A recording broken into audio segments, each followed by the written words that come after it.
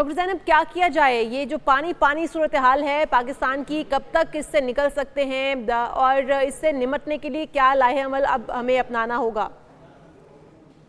जी बिल्कुल, ये हर दफा की तरह सैलाब आता है और इतना पानी जाया हो जाता है। और ये जो सैलाब की इंटेंसिटी है ये मजीद बढ़ भी सकती है, क्योंकि पूरी दुनिया में क्लाइमेट चेंज हो रहा है और क्लाइमेट चेंज ने हर तरफ जो है वो तबाही मचा रखी है। चाहे वो अमेरिका हो, चाइना हो, यूरोप हो, या कोई भी और मुल्क हो। कहीं पे वाइल्ड फायर्स हैं, कहीं पे सैलाब है, कहीं पे शदीद गर्मी पड़ रही है और कहीं पे अचानक बिन मौसम की बर्फबारी हो रही है। तो ये क्लाइमेट चेंज है। पाकिस्तान इसमें टॉप लिस्ट में है जो मुतासरा ममालिक में शामिल है। अभी जो सैलाब आ रहे हैं इस दफा, वो पाकिस्तान में ना सिर्फ urban flooding, flash flood, cloud burst की वजह से, बल्कि दरियाई सैलाब भी अब शामिल हो गए। तो हर तरह का सैलाब हम देख रहे हैं। पहाड़ों से भी सैलाबी रेले नीचे आ रहे हैं, जिसमें ऑफ कोर्स क्लाइमेट चेंज तो है ही सही, लेकिन हमारी अपनी मिस गवर्नेंस भी है, क्योंकि जी। ना हमारी ड्रेनेज इस काबिल है कि उस पानी को अपने अंदर कर सके, ना हमारा इस शहर इस तरह बने हुए बेहंगम आबादी बनी हुई है, दरख्त काटे जा रहे हैं। तो ये मामला तो होंगे। और फिर हमने दरियाओं के ऊपर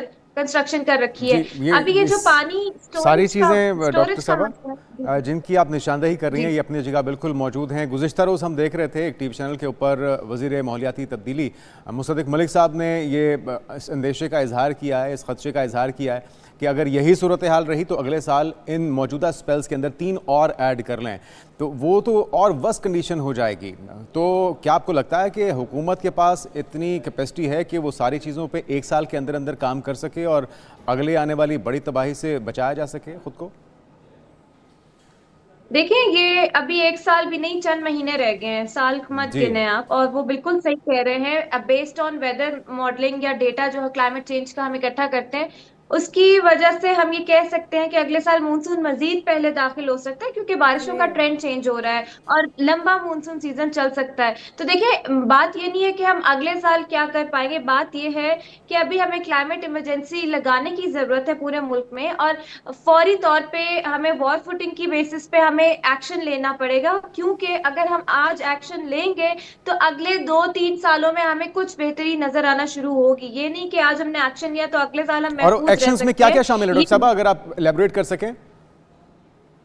देखिए, एक्शंस में सबसे पहली बात आपकी वाटर गवर्नेंस होती है कि पानी को मैनेज कैसे करना है। आपने ये जो सैलाबी पानी आता है, इसको किस तरह से कुछ स्टोरेज करनी है, कुछ दायरा समंदर में जाना है, और शहरों को कैसे बचाना है, आवाम को कैसे बचाना है।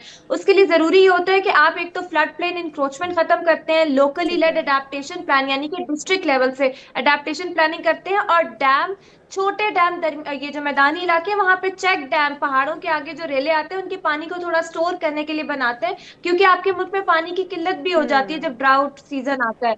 तो मेरे ख्याल से ये, और फिर वेस्ट मैनेजमेंट, फिर ड्रेनेज सिस्टम अपग्रेड करते हैं,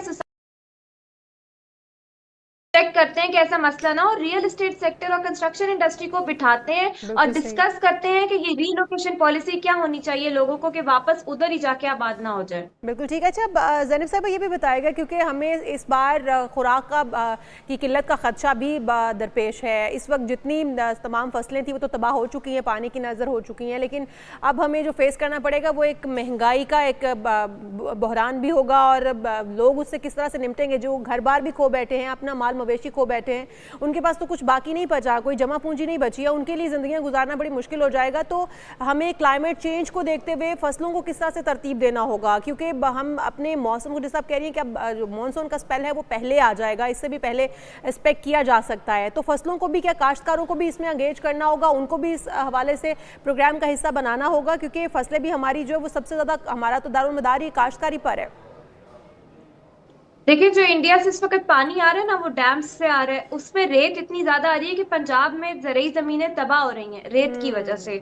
तो ये बहुत बड़ा, आपकी फूड बास्केट इस वक्त खतरे में है। पंजाब आपकी फूड बास्केट है। तो ये सबसे पहला आपका स्टेप होना चाहिए कि काश्तकार को कैसे महफूज करना है, आपने किसान को कैसे सहूलत देनी है। उसके लिए आप रिस्क इंश्योरेंस स्कीमें निकालें, कैपेसिटी बिल्डिंग प्रोग्राम लेकर आए, जिसमें उनको बताएं कि कौन सी फसल आपको कैसे उगानी है, कि क्लाइमेट जी। चेंज की मद में किस तरह से आपको काम करना है। तो ये बहुत जरूरी है कि आप बॉटम अप अप्रोच और टॉप डाउन, यानी कि गवर्नमेंट लेवल से लेके किसान इत्तेहाद तंजीमों तक, किसानों तक ये चीजें पहुंचे कि जी आप हाँ, किस तरह से इस तरह के मामलों से महफूज रह सकते हैं। बिल्कुल बिल्कुल ठीक है।